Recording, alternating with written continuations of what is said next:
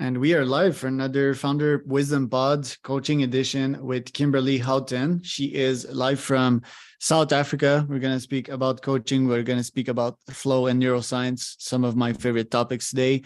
This podcast is brought to you by podpire.com, my podcasting company.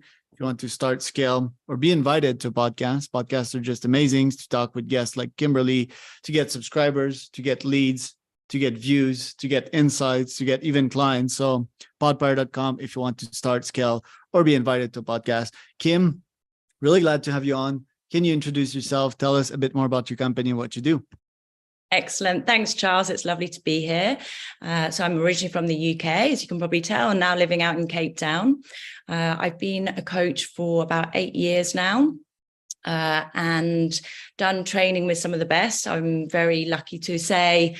And really, my work is about self-mastery. I believe that when we understand how we work, we can actually do our best, feel our best. And that's ultimately the goal, right? Love it. Yeah. Flow, neuroscience. Just love talking about these topics. I started my career as a biohacker. My first company was at Nootropics. So I guess these topics were always top of mind for me. Had the theory of if I take care of my brain, then yep, everything will take care of itself. So what do you see in founders or CEOs nowadays that is not working from a flow perspective? Because I guess that it's a minority of us that get into the flow state, or maybe I'm mistaken on that, but I just pop a bunch of supplement, have an established routine. And as soon as I open my computer, I get in this flow state, interviewing top folks like you. And that's been the way since like a good 10 years in my case, since I started in entrepreneurship. So what do you see? What mistakes do you see when getting into flow, and how can we get into the flow state more? Great. Thanks for the question. So I think ultimately it's easy in the world we live in with Instagram and Facebook and all of that stuff to look at what other people are doing and want to kind of superimpose that onto ourselves. And I think really sort of what flow is about understanding the things that drive you. And we all are different in that capacity, right? If you look at some of Stephen Kotler's work, he talks about personality doesn't scale, but biology does. So the key things around that, I think, is about understanding your key drivers, your emotional drivers, and being able to feed those more. You'll have more energy, more concentration, more focus to be able to do what you want to do in a way which feels better, right? And how do you accomplish that? Because, yeah, emotions are cool. And they can be a source of energy. In my case, it's like pure supplements, I guess, or at least when I start my day. And then, yes, I get on these podcasts and get like motivated. I'm like, yo, I just got Kim in front of me today and we're having this fun convo. So I guess it's like my past self that brought momentum to my current self. I'm not meditating at this point in my like morning routine or tapping into strong emotions, like the visions of me at my wedding in 2 months, like having fun, being abundant and so forth. I'm not doing that. I don't feel the need to do that. Maybe that's because I've been in the game for 10 years.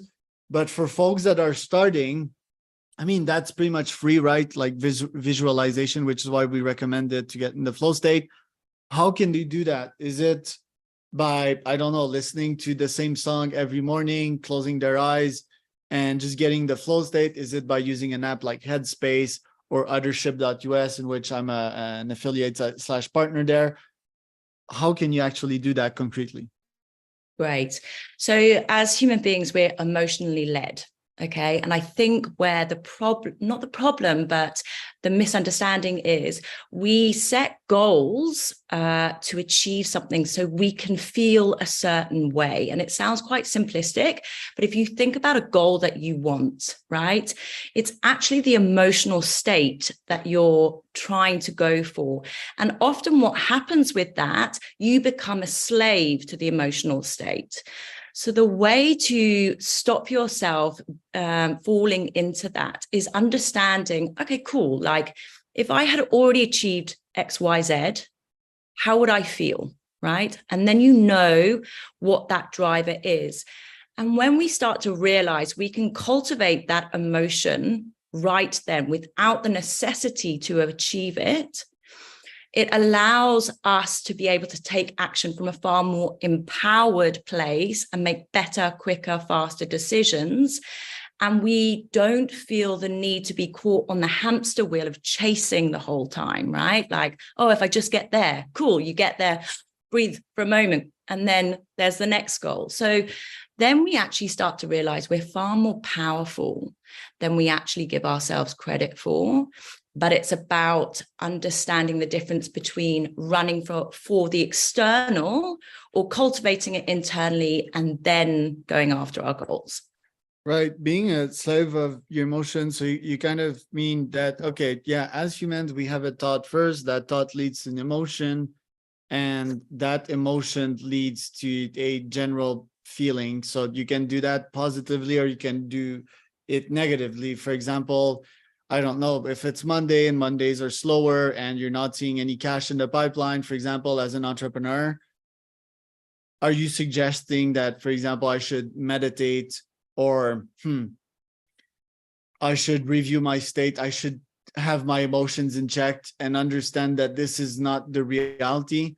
Or I mean, I created that reality on myself. Yes, there's a reality that is that, oh, technically I can possibly increase my sales, but that mechanism of me like torturing myself and bringing cortisol in my blood and adrenaline, especially if I'm about to go to sleep, is not a beneficial one. So I need to understand that.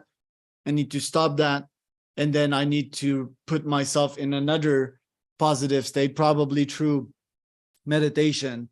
And then if it happens again, I need to show empathy towards myself, because yeah, the monkey brain is really monkeyish sometimes. You know, it's like a hamster getting back on the wheel. It just does what it knows, and it's addicted to this negative cycle and this hustle struggle. So it's like showing empathy and doing the same over again, and then conditioning my brain to understand that, look, I don't want of that shit. You know, I want to stay in that positive state. Is that doable? So I think that's a really great example, actually, because I'm not saying to not look at reality. I don't believe that. But if you are in a situation, for example, where you need more sales, initially what that may do is cultivate like fear and adrenaline. And then you're like, okay, go, go, go, go. But if you look at a salesperson, right, and you get two salespeople selling the same product, they're exactly the same. And one of them is needy. You can feel it energetically, needy, like, oh God, I need this sale, kind of thing. And the other one is more confident. They know the value of their product. They speak coherently. You know, 99% of people are going to buy from the one who is more confident. So what I'm saying is, it's not about ignoring reality, but it's understanding, okay, if I had sales, how would that feel? Is that like, oh, I'd feel confident, I'd feel secure, I'd feel successful? Because it will be different for everyone. Then start to cultivate that emotion before taking action, which will allow you to take more effective action when you're doing it. Does that answer your question? Yeah, I have a sales tip as well for folks in that situation. So always have a clear pipeline of your actual sales, you know, so that's the technical part.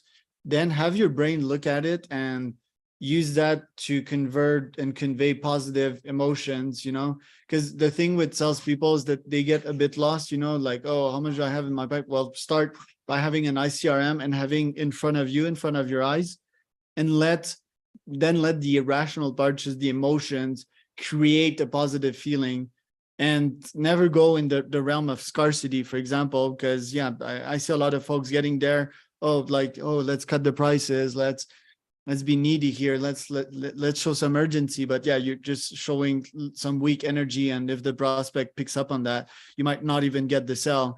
I actually wrote a post about that this morning. I just have like a couple of other questions before we end this rapid fire session. Yep. In terms of CEO, how do you deal with employees that you know, like don't have their emotions in check, you know, and are constantly bringing up problems instead of solutions? How do you manage others' emotions once you did manage your own? Okay.